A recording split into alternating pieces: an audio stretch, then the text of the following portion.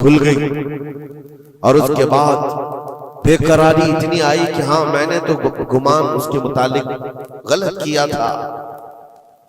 تھوڑا سا ایسا بھی نہیں ہے کہ وہ چور ہے، ڈکیت ہے، ڈاکو ہے، یہ بھی نہیں، صرف اتنا سوچا تھا کہ ہٹا کٹا آدمی ہے،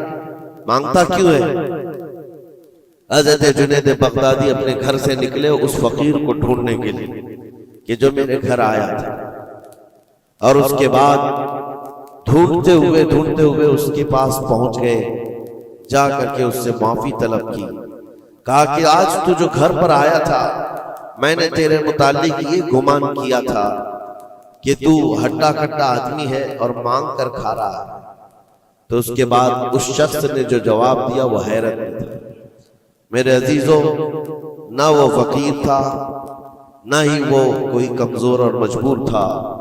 بلکہ اللہ کے ایک ولی تھے جو ان کے امتحان کے لیے آئے ہوئے تھے۔ حضرت جنید بغدادی رضی اللہ تعالیٰ عنہ کو اس سے زیادہ مال انہوں نے لوٹایا اور کہا اے جنید، تیرے مقامات کو اگر کوئی چیز ختم کرتی ہے تو مومنین کے متعلق بدگمانی کر،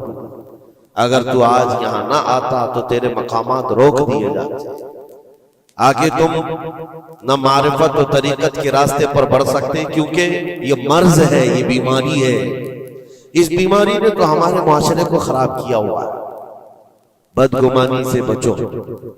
یہاں تک کہ لوگوں نے بہت جلدی اپنے دماغ پر یقین کر کے فیصلے بھی لے لیے ہیں۔ آپ مثال کے طور پر کسی گھر سے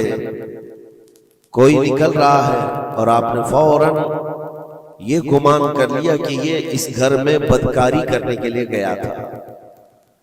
آپ کی نیگیٹیوٹی جو ذہن میں تھی آپ نے گمان کیا اور اس پر یقین کی مہر بھی لگا دی، نہ اس سے آپ نے جا کر پوچھا کہ کون ہے، کیوں آیا تھا۔ اسی طرح کی ایک اور بات میں آپ کو بتاتا ہوں۔ حضرت شفیق بلخی بڑے بزرگ دریائے دجلہ کے کنارے آئے، دیکھا کہ ایک مرد، ایک نوجوان ہے، عورت کو گود میں سلایا ہوا ہے دریا کے کنارے، اور شراب کی بوتل ہاتھ میں لیے بیٹھا ہے۔ اس طرح کا ماحول تو بغداد کا نہیں تھا، پردے کا ماحول تھا، اسلامی ماحول تھا، لیکن کھلے عام کوئی دریائے دجلہ کے کنارے اس طرح بیٹھے اور وہ بھی اولیاء کی نظر پڑے تو ان کے لیے تو بہت حیرت کی بات تھی۔ حضرت شفیق بلخی نے دیکھا،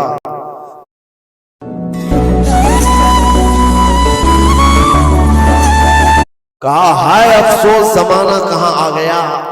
لوگ کھلے باہر سونے میں باہر مزے کرنے لگ گئے اور کھلے عام اب شراب بھی پی جانے لگی، شراب بھی پی جا رہی ہے، خود بھی پی رہا ہے، اس عورت کو گود میں تھوڑا تھوڑا سا پلا بھی رہا ہے۔ حضرت شفیق بلخی نے کہا کہ بہت سخت حالات ہو گئے بغداد میں، اتنی عیاشیاں میں پہلی مرتبہ دیکھ رہا ہوں۔ اسی اثنا میں ایک کشتی دریائے دجلہ میں ہچکولے کھاتی ہوئی آ رہی تھی، اور اس کشتی کا بیلنس بگڑا ہوا تھا۔